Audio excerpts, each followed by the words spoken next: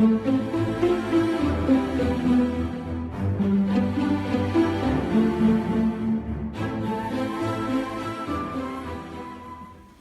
à ce propos d'ambiguïté, vous signalez, et ça c'est quelque chose qui me paraît également extrêmement suggestif, vous le dites à propos de la jalousie de Gaston, que ça a des accents pré-proustiens. Ah, oui. Et là encore, oui. on sait que la représentation de l'amour chez Proust est une transposition d'amour homosexuel en amour hétérosexuel. Donc là, Proust, c'est quelque chose que j'ignore. Est-ce que Proust a lu Custine? Je ne sais pas. Il n'y en a aucune idée. Non, oui, mais il connaissait bien ce milieu. Oui. Alors là, oui, bien sûr. Alors il parle très souvent de la Société des bibliophiles français. Oui. Je ne sais pas si vous voyez, c'est une société extrêmement aristocratique, et il en parle de manière tout à fait précise, en citant Madame Standish, dont on ne sait pas qu'en réalité elle est allée au meilleur monde, mais seules les Madame Verdurin ne le savent pas, et telle personne le savent.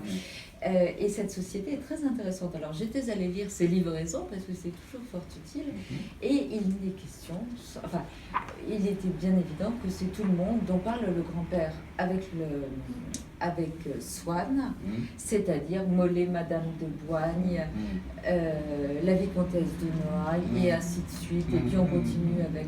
C'est tout à fait ce monde-là. C'est un monde qu'il connaît. Alors je ne sais pas du tout si c'est Custine, mais c'est le même. Oui, alors là, c'est le même. Et c'est un monde qui est encore, publié à ce moment-là. On a l'impression que l'errance de Gaston de Montlhéry autour des fenêtres d'Étel. Oui, ça évoque Swann devant la fenêtre d'Odette. Tout à fait, absolument. Pas d'Odette, vers Verdurin. Oui, non. Si, dans les fenêtres d'Odette, oui, c'est ça. Et il va aussi devant... il essaie de la trouver chez Verdurin, si je me souviens. Oui, mais en fait, je crois que c'est rue de la Pérouse qu'il est devant les mauvais immeubles. C'est les mauvais immeubles, voilà, c'est ça. Mais c'est effectivement... Là aussi, donc tout à l'heure, on disait qu'il y avait des passerelles à établir avec Balzac. On aurait pu citer Stendhal aussi. La représentation stendhalienne de la province, du microcosme politico-social de la province, c'est quand même assez proche. Le monde de la note secrète, la congrégation, là aussi. Le séminaire de Besançon. Ça, on y est en plein. Mais montrer qu'il y a... non, on ne va pas dire que ça annonce, que ça préfigure Proust, mais qu'on peut établir comme ça, à distance, des comparaisons, montre en quoi vraiment Custine est quand même un écrivain de grande valeur. Ça, c'est quand même remarquable. C'est quelqu'un d'immensément intelligent, ça c'est incontestable, qui a des formules, des inventions, des jugements tout à fait étonnants, puisqu'il confie notamment à Jacqueline de Sénère la Laide, mais génial, des jugements esthétiques qui sont absolument remarquables, d'une profondeur, d'une qualité, un sens de la synthèse absolument étonnant. Et effectivement, on peut dire que c'est un... alors, j'en parlerai peut-être à quand c'est. Il est un peu négligent. Un peu négligent. On aurait aimé que Etel, par exemple, soit un chef-d'œuvre. Pour ça, il aurait fallu quand même qu'il élague un peu. Qu'il élague, qu'il supprime, qu'il en ait un certain nombre de pages qui sont quelquefois un peu répétitives, parce que même si on admire beaucoup Custine, et c'est mon cas, bien sûr, il y a dans Etel des longueurs, quelques longueurs quand même. Et ce ne sont pas les divines longueurs de Schubert, telles que l'évoquait Wagner pour la grande 9e symphonie. Non, c'est vrai. Bon. Mais il y a en même temps dans cette technique, peut-être strictement déficiente, mais cet approfondissement des thèmes qui se fait. Le leitmotiv, c'est qu'au fond, les choses s'approfondissent peu à peu, se creusent. Et ça leur donne une sorte de profondeur de champ qui est assez intéressante, je trouve. Non, mais il tient vraiment tout à fait sa place dans le grand ensemble des romanciers de la première moitié du XIXe siècle. Ah oui, tout à fait. Et c'est vrai qu'il a été négligé de son temps, en bonne partie parce qu'il était marquis. il faut le dire, et que la critique pensait qu'il achetait les articles élogieux, il y en avait très peu, à Jeannin notamment, et qu'au fond, le monde des lettres était très froissé de sa somptuosité, mais aussi tout le monde en profitait, bien sûr. C'est toujours ainsi. Bon. Donc je crois que c'est quand même un auteur de haute qualité. De haute qualité. De haute qualité. Alors le problème s'est déposé avec Jacques Dupont de savoir s'il fallait éditer Romuald. Vous savez, il y a quelques longueurs. Que personnellement, bon, je voudrais dire que je le trouve difficilement lisible quand même. Avec quelques formules oui, admirables. C'est ça qui est un peu déprimant. Comme dit Baudelaire, il y a des choses absolument sublimes. C'est parfois. Perdu dans un espèce d'intrigue, d'une complexité incroyable, de dissertation théologique. Bon, et bien que le livre est écrit à Frascati, lieu que j'adore entre tous, ça ne nous sauve pas tellement quand même. Mais il faudrait peut-être faire une édition électronique de Romuald. Avec un caractère grâce qui est vraiment admirable. Est-ce que c'est faire ça, Très bien.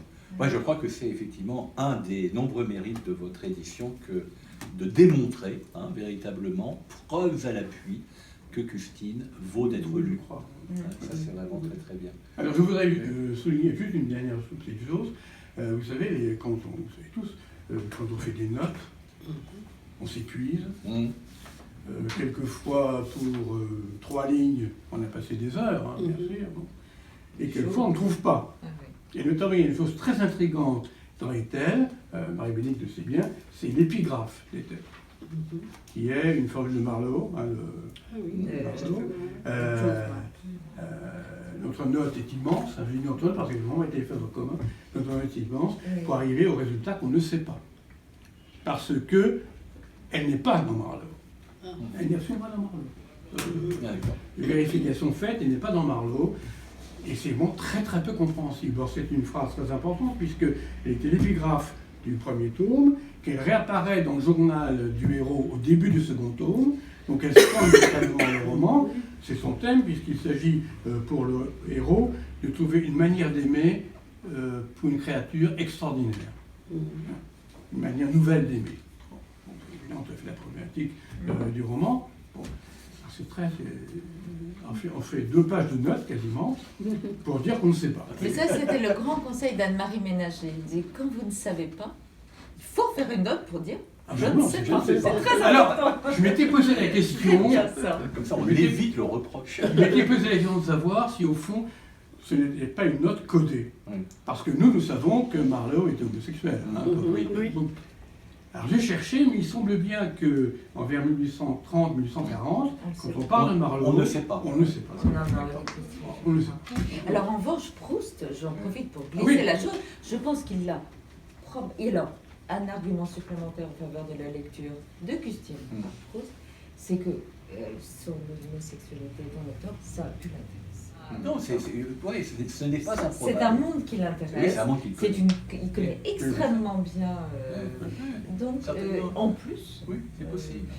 Et puis enfin, j'aurais dit très sagement l'adjoint des Goncourt, hier, je crois, Custine n'est pas connu par eux pour ses romans, il est connu pour son homosexualité. D'accord. Voilà, c'est ça qui donc, je pense que... c'est ça qui les intéresse. Je voudrais lire peut-être pour conclure, Samantha, qu'en penses-tu ? Je voudrais lire un petit passage de votre présentation d'Ethel. Vous vous dites que c'est des 4 romans de Custine le seul où l'amour est vainqueur. Et je voudrais lire ce qui précède immédiatement, donc Ethel et Gaston l'emportent. Je vous lis. Cela va pourtant contre les codes de la fiction, car du point de vue du monde, ils étaient adultères et même incestueux. Entre parenthèses, le lecteur finit par l'oublier. Qu'importe les normes, la même année, dans la Chartreuse de Parme, la marquise del Dongo et Clélia, marquise Crescenzi, sont adultères.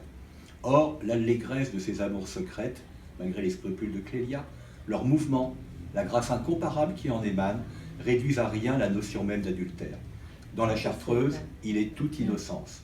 Aussi peu conformiste que Stendhal, mais de toute autre manière, Custine privilégie lui aussi le droit au bonheur, du moins ici. Je voulais terminer sur ce petit rapprochement avec la Chartreuse de Parme, un des plus admirables romans de toute la littérature.